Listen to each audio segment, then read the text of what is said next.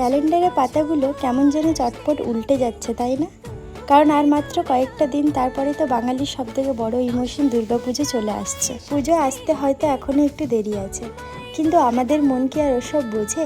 আকাশের মেঘ আর চারপাশের হাওয়াতে অলরেডি পুজোর গন্ধ ছড়াতে শুরু করেছে। আর সেই আনন্দ থেকেই ভাবলাম আজ থেকে মায়ের এই পেন্টিংটি শুরু করাই যাক। সত্যি বলতে ক্যানভাসে মায়ের এই রূপটি ফুটিয়ে তোলার সময় যে কি অদ্ভুত একটা শান্তি পাওয়া যায় তা বলে বোঝানো যাবে না।